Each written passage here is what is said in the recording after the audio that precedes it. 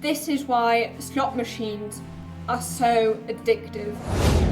In fact, this amount of stress feels so good. Rats were willing to work to be infused with exactly this proportion. However, there's a sweet spot where we are stimulated in a way that we feel extremely good. If you're interested in performing at your best, then you're definitely also interested in how to actually get into the state in which you perform at your best. And this state is called flow. In this video, we are going to go over 5 flow triggers, so 5 things you can do to enter a state of flow. One flow trigger, for example, would be a perfect skill to challenge ratio. We always hear about how bad stress actually is for us. However, it turns out, according to Robert Sapolsky, a professor of neurobiology at Stanford, that there are different forms of stress, and some forms of stress are actually beneficial. For example, many people love riding roller coasters, or we all love falling in love, even though these are actually all forms of stress. As you can see in this graph, our glucocorticoid levels are very, very low when we're understimulated. However, there's a sweet spot where we are stimulated in a way that we feel extremely good. We also perform really well. Whereas when you're overstimulated, this curve goes down again. So moderate stress, the sweet spot in the middle, which we feel when we're on roller coaster rides or when we've just fallen in love, these feel extremely great and our brain function is actually enhanced.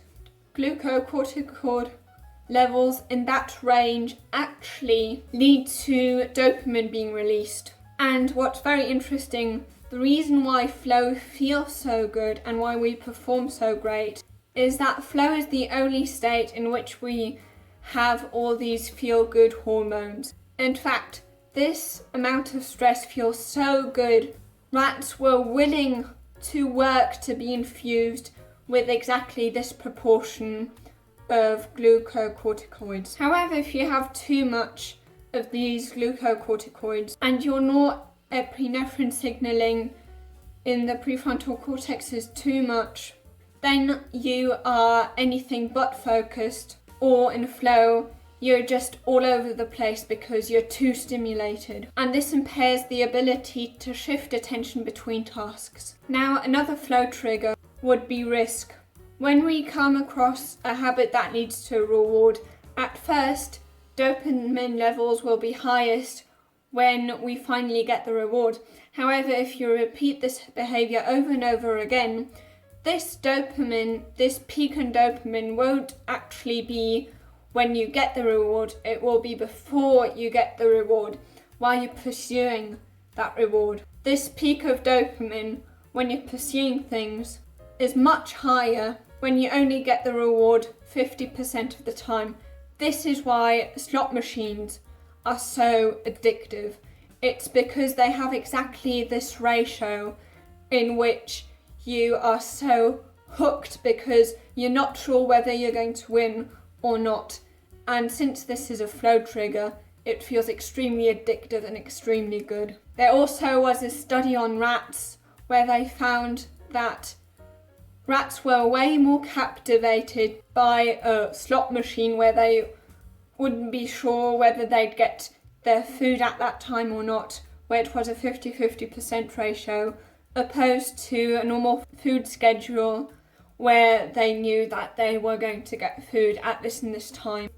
And what's extremely interesting is that as soon as you change this ratio just a little bit, even if it's not 100%, if you, for example, get the reward only 25% of the time, or if you get the reward 75% of the time, already this makes this behavior way less captivating. And then another flow trigger is novelty. In a study, I think with monkeys, these monkeys got 1 raisin if they pressed the lever 10 times after they'd learnt that behavior, and then 10 units of dopamine would be released.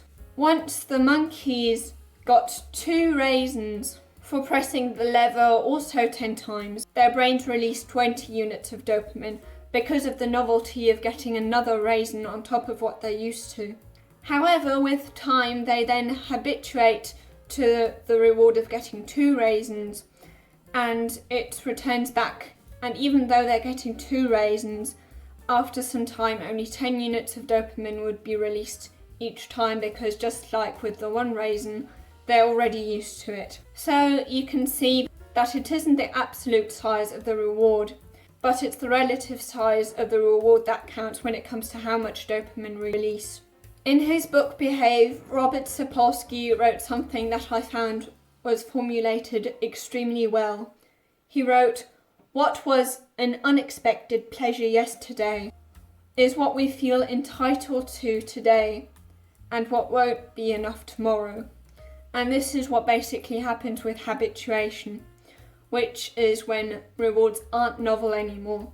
They're not as interesting anymore. And then another flow trigger is unpredictability. Harvard professor of psychology, Daniel Gilbert, in his book Stumbling Upon Happiness, there's a study in which students were in an online chat room with students from another university.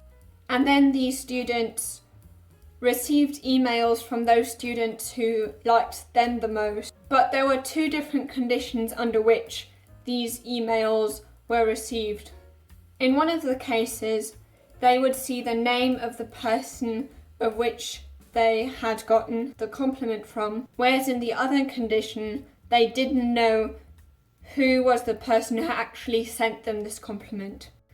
And what was really interesting about this is that those people who knew the name of the person who gave them this compliment, they were unhappier than those who didn't know from whom this compliment actually was, which just goes to show how uncertainty can make us really happy in some cases, and therefore can make us enter flow. If a happy film, if it ends in a way that we don't know what actually happens with the main character, we are happier for longer than if we knew what happened to the main character in that very happy movie. And that is because when something is uncertain, we think about it longer. If a positive emotion is attached to that, then we're also going to feel happier for longer, because we're going to think about that thing that made us happy for longer. Now, another flow trigger is passion. You've probably noticed yourself that when you're interested in something, it's easier for you to remember that, and it's easier for you to pay attention. Therefore, if you want to know how to find your passion, you can watch this video here.